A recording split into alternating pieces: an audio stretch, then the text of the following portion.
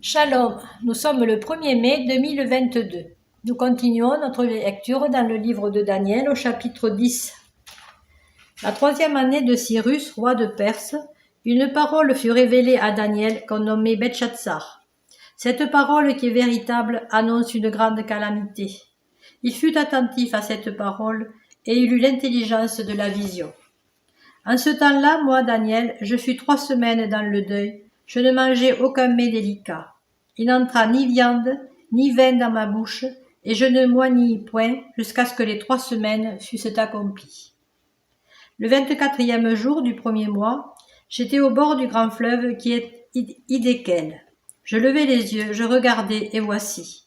Il y avait un homme vêtu de lin, et ayant sur les reins une ceinture d'or d'Uphaz. Son corps était comme de chrysolite, son visage brillait comme l'éclair, ses yeux étaient comme des flammes de feu, ses bras et ses pieds ressemblaient à de l'airain poli, et le son de sa voix était comme le bruit d'une multitude. Moi, Daniel, je vis seul la vision, et les hommes qui étaient avec moi ne la virent point, mais ils furent saisis d'une grande frayeur, et ils prirent la fuite pour se cacher. Je restai seul, et je vis cette grande vision. Les forces me manquèrent, mon visage changea de couleur, et fut décomposé, et je perdis toute vigueur. J'entendis le son de ces paroles, et comme j'entendais le son de ces paroles, je tombai frappé d'étourdissement, la face contre terre. Et voici, une main me toucha, et secoua mes genoux et mes mains. Puis il me dit, « Daniel, homme bien-aimé, sois attentif aux paroles que je vais te dire, et tiens-toi debout à la place où tu es, car je suis maintenant envoyé vers toi. » Lorsqu'il m'eut ainsi parlé, je me tins debout en tremblant. Il me dit, « Daniel, ne crains rien, car dès le premier jour où tu as eu à cœur de comprendre et de t'humilier devant ton Elohim, tes paroles ont été entendues, et c'est à cause de tes paroles que je viens. Le chef du royaume de Perse m'a résisté 21 jours. Mais voici, Michaël, l'un des principaux chefs, est venu à mon secours, et je suis demeuré là, auprès des rois de Perse. Je viens maintenant pour te faire connaître ce qui doit arriver à ton peuple dans la suite des temps, car la vision concerne encore ces temps-là. Tandis qu'il m'adressait ces paroles, je dirigeai mes regards vers la terre et je gardai le silence. Et voici quelqu'un qui avait l'apparence des fils de l'homme toucha mes lèvres. J'ouvris la bouche, je parlais, et je dis à celui qui se tenait devant moi, « Mon Seigneur, la vision m'a rempli d'effroi et j'ai perdu toute vigueur. Comment le serviteur de mon Seigneur pourrait-il parler à mon Seigneur? Maintenant les forces me manquent et je n'ai plus de souffle. » Alors celui qui avait l'apparence d'un homme me toucha de nouveau et me fortifia.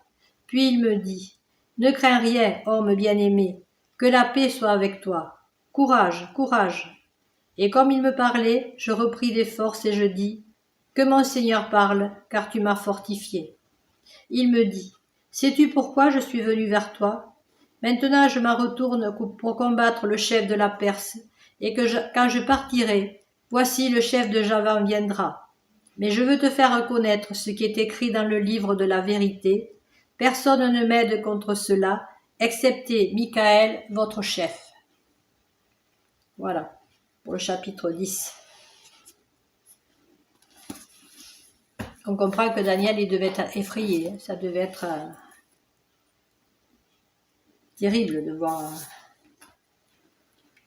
Alors, nous allons chanter, je vais chanter le chant 44, « Ma richesse, ma gloire », qui se trouve dans le livre des ailes de la foi.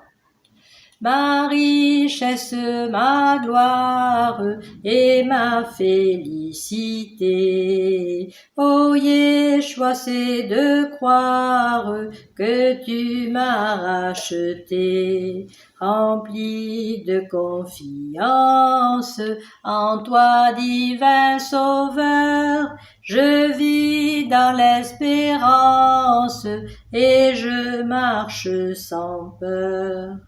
Rien n'ôte les souillures, rien ne guérit le cœur, sinon les meurtrissures et le sang du Sauveur.